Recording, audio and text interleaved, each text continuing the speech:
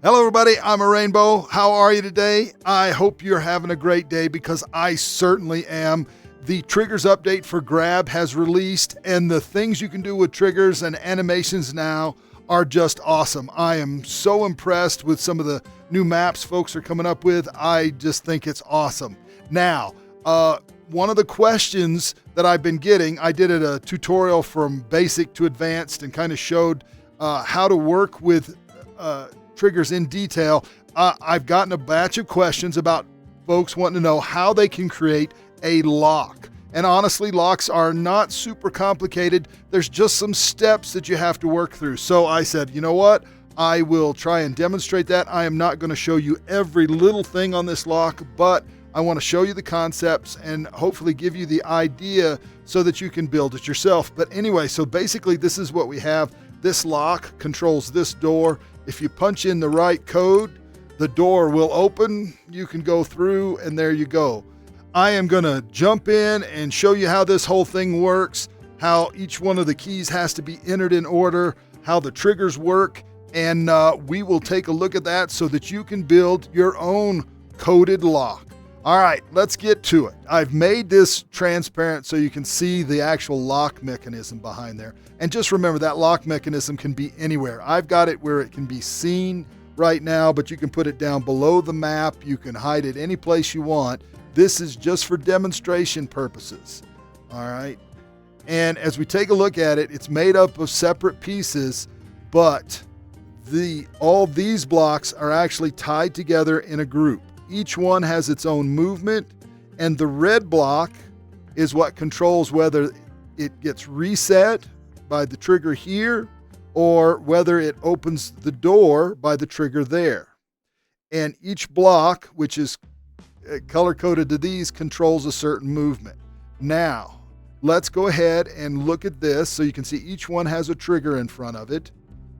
And as I hit the trigger, you can see it actually removes the darker color block, just puts that away and makes it look like something got pressed. You can also see the trigger has moved from there down to there. They are tied together so that you can't, trigger anything else with that. You can't do it more than once. And the way that works is the trigger is actually tied to itself. So let's take a quick look at that. We go look at the trigger. We look at the connections. All right, and now if we jump to the first connection, you'll see it's the darker block in there. We jump to the second connection, you can see it's the block in the back there. And if we jump to the last connection, maybe, there we go, you can see it lights itself up. All right, and that means it's connected to that. So it runs the animation that's on that block. So let me go back out of here, and here,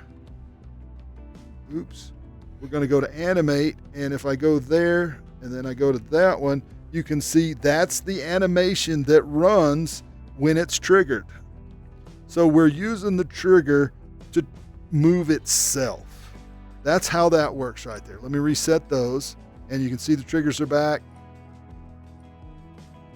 Notice the triggers are down there. Also, so the triggers are also tied to the blocks, and you can see, let's do this again. First one has no blocks. That's intentional. All right. Moves the red block and the yellow block to the blue there. And then that moves that up. And then the last one, because it's in the correct order, will hit this last trigger that's up at the top. Now, this happens because all of these are in a group. They look like they just scattered because I just selected the group. All right, but they're actually tied to the movement of the first block in that group. So if we go to selection, we look at animate, there's the movement. All right, and I'm going to do this just so you can see it. Okay, but once I unclick it, you'll see that thing move over and up. It's going to do it repeatedly because it's now on a loop. But there we go. But you can see how that last one takes it and gets that block up there where we want it. Yep, so you can see they're all lined up there. And when I click that last block, it goes over, up, and the door opens. Simple as can be. That is how that works. And you should be able to make your own. You can use as many different combinations as you want. Just remember, the more you add, the more complexity you have to account for. All right, everybody, there you go. That's how you do it. I think Grab is twice as addictive now with triggers. There's so much more you can do, and there was a lot you could do before. So I want you to go out there, have some fun with this, and build some great stuff. Y'all be good. Bye now. All right, everybody. I said I wasn't going to walk through doing this, but honestly, I looked at the video and I said people are still going to be confused. So I am going to walk through connecting each of the lock stages and show you how they work. All right, and we're gonna start with that whole thing. So to start with, I'm gonna create a group because this block is essentially static, but I'm not gonna do anything. I want each one of these stages to do something different. So we're gonna create a group. I'm gonna animate that, and what I wanted to do is, since I already have these staging for the blocks, I just want them to move over and up. We create a start point. We're gonna move over, create another point. We want to be even with this block. We're going to create another point. I don't need them to be active. I'm going to go back. I'm going to call that there. So we've got this group right here is already there, and I want that triggered by that. So we're going to connect it, and then we're going to connect to that group. We're going to edit, and we want to just start it. All right, that one's done. Now the other thing is we've got to account for the green, and what we're going to do here is we're going to connect it. We're going to connect to the same block right here, and I'm going to just reset that. All right, so that action basically resets it, and it doesn't go anywhere, so I don't have to have a separate movement for it. All right, and before I move on, we want to make sure we also reset this with our button. So we're going to connect here. We're going to connect to that first block. We're going to hit edit, and we're going to reset. All right, that one's done. All right, so when we connect that one. So the next group that we're going, now we have to group these with this for the block. And then we want this block to go over and up equal with this block. So we're going to create, remember, we're not moving these per se, we're moving this block right here. All right, so we're going to group it, we're going to animate, we're going to start there, we're going to move over, create another point, we're going to go get even with this block. Oop, I'm off a little bit, but that's okay. Doesn't have to be precise. And we'll call that 20, we'll call that apply. I am not starting active and clicking OK. So this next group right there is there, but we want to trigger that with this trigger. So we're going to connect.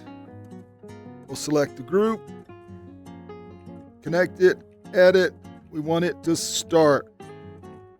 All right, we've got that group. Now we want to make sure we're going to reset that one. So we'll connect to there,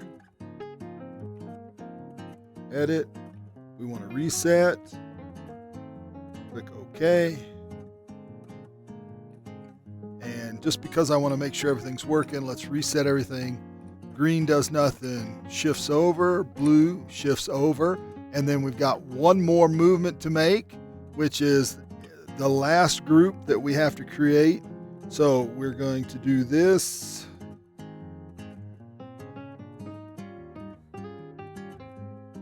Group, then we're going to animate it. So we're going to go here and shift over. So we're going to create the frame. We're going to shift over, create the other frame, and then we're going to shift up. So we're roughly in line with that. Call call it 2. We're not going to start active. So that's going to give us our group that opens the door there. All right, now let's try resetting everything, see if this works. Nothing should happen. Shift over the other direction. Oh, didn't tie it. What did I forget? I did not tie it to the trigger. So we're going to take that trigger. We're going to connect it to there. We're going to connect it. Going to edit. Start. Okay. Back. Let's try this one more time. Let's reset everything. Nothing. Shift. Door opens. There we go. That's how you do it. And then we just need to make sure that it's reset. So let's connect. Edit. We want to reset that. Okay. All right. So the last thing we need to do is add that trigger block that'll reset things if you go the wrong direction. For instance, if I do this right now, I can punch in more than one combination. So we want to reset that. We want to make sure it resets if it tries to go the wrong way. So we're going to select that. We're going to connect it. All right. We're going to connect it to the whole animation there. And then we're just going to reset that. So that reset block is in there.